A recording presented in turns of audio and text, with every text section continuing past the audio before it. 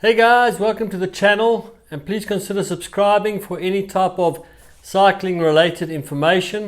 And today I'm going to kick off a new series which is going to involve my training logs and how I prepare for some of the races. And the race today, or the race that I'm going to be preparing for, is the Cullinan to Tonteldoos Ultra Marathon race. Now I've done this race before, as you can see on the t-shirt here, in 2018, and my partner and I, we finished the race in 15 hours, and I'll go over some stats showing you how much we actually prepared for this race to actually do it in that time, and what's changed, because the race has actually changed now over the couple of years. It's not going to be run to the night anymore. It's actually going to start in the day as opposed to the evening. And let's just go over what I'm actually going to plan to do, what I do, and how it actually turns out at the end of the day. So please join me on this journey, and let's do this thing.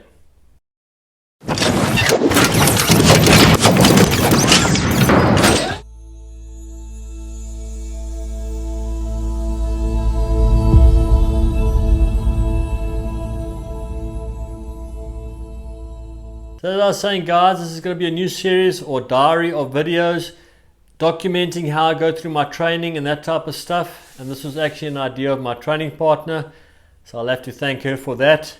And it's actually a recap as we did the race in 2018. And I must state, in 2018, from the word go, I don't think we spoke much to each other from the start to the finish. It was a really tough race, and especially near the end, I think I started too fast. I pushed too hard. She obviously was a little bit upset about that. Got to about 60 k's towards the end, and I blew up pretty much. And yeah, she wasn't too happy about that, obviously, because of the pressure I put on in the beginning of the race. But this is how you learn. Each race you learn a little bit more, and then hopefully you grow from those experiences and you move forward. Okay, so bit of experience here. I've done the Cullinan to Tonteldoos in 2018, done the 361, a couple of stage races in between, so I'm hoping that I've actually learned quite a lot since then, and I'm going to take this forward and make this race actually a better race. So you're actually going to be watching this video in a week behind, because the way this actually came up that we're going to enter the Cullinan to Tonteldoos was we were first entered for the Trans-Baviaan, and as you know, with Corona, it was postponed. It was then supposed to happen in January. We trained. I'm not going to lie to you, I trained my ass off for that race, and then it came to January. The race was cancelled, and I think that was a bit of a tough one to swallow. That something you've trained for so long and so hard has come to an end. So there's actually this void. I stopped cycling for about 3 weeks. I don't think I wanted to look at a bike again. And I saw the Cullinan to Tonteldoos, so I said to my partner, let's do this. And I don't think she's that happy about it, but she's come around to it now, and I think it's the best race to do. We've come a long way. We've got a lot of experience. So please come with us on this journey. Let's see what we do. I'm going to change my training around a bit compared to any other race I've done, and let's see if it actually helps. So having a look at the race itself, in 2018 it was 15 hours and 2 minutes to complete the race, 2,991 meters of elevation, let's just call it 3,000 meters. The race starts in Cullinan, it then moves along through district roads, dirt roads, that type of stuff. It is not a technical race, nothing like that. It is a self-navigated race, so there's absolutely no signage or anything like that to tell you where to go. You must use your GPS to navigate the route. It carries on going, and maybe one of the nice things about riding in the night is you don't actually know what's coming up or how steep the hill is. You just ride and keeps going. It's obviously a lot cooler as well. Then by the time I came to this point over here, the sun starts rising. Nice downhill over there into the valley. I've actually got a video that I made of this, which I'll leave the link to that video in the description, or it'll be linked above over there. You come into the valley over here, there's a water point down there, and at this point over here in 2018 I was basically finished. I'd blown up over there, but we still carried on riding, and then you got to come out of the valley again. And this last pass over here is no joke, to get to the top of that thing is a very tough climb.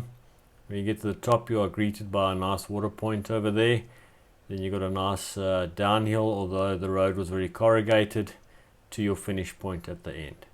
So having a look at actually the training we did for the Cullinan to Tonteldoos in 2018, it actually doesn't look like a lot, but I think it's because we did this Tonko track 3 days before the stage race, and that acted as a mini training camp, if you wish. We took 2 weeks off, then we did 110 Ks, 63 Ks, and that's all on the weekend, nothing during the week there.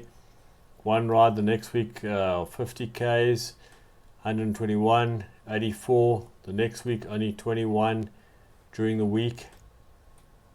Thereafter we did an afternoon ride of 21 Ks, evening of 21, another 121 Ks, another short ride of 74, and then we did the actual race itself.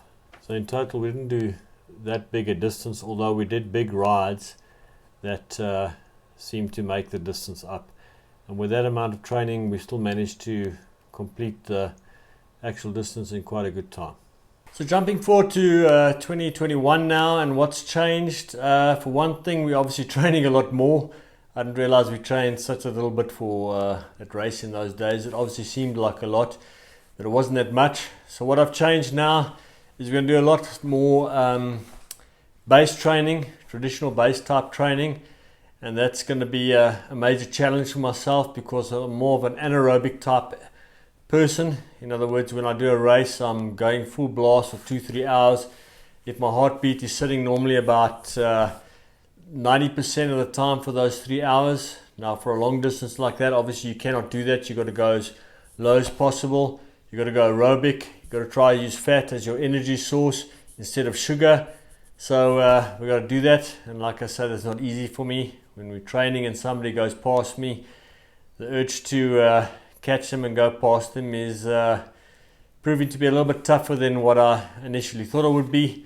But we're going to stick to this plan and see if it's going to be better to do a lot of low or base training as opposed to anaerobic type hard efforts to go. So what I've done this week already, if I just look over here, this last week I did a ride of 31 kilometers, which is an hour long. I don't know if the distance actually makes a difference. I did another one of 15 kilometers, which was about 30 minutes. Another one of another hour, 30 Ks. And then we did 2 rides on the weekend, each of 75, which came to about 3 hours, 40 minutes. And this week coming up, it's going to be pretty much the same. It's a rest day on Monday and Friday, Tuesday, Wednesday, Thursday. Saturday, Sunday are ride days. So on Tuesday will be another hour. On Wednesday will be 45 minutes this week, and Thursday will be another hour, and then probably another 2 rides of 4 hours each on the weekend. But obviously we're hoping life doesn't get in the way and derail this plan a little bit. And we're hoping with that this is actually going to give a better ride. I don't know if it's going to be faster, but the stats say, and all the research that I've done says it's actually going to make you faster by training slower. It goes against my understanding or better judgment of this thing, but that's what we're going to do for this race. So guys, put in the comments below if you're also training for this race, what you think, how you're training for it, what your advice is, what type of training you're doing, how long it is. So in the next video I'll also be going over nutrition, what my plans are for nutrition, and how am I going to actually achieve those plans during training, because you can't just rock up on the day and then actually just implement a nutrition plan. It's not going to work like that. And don't forget to like and subscribe, and I'll see you next time.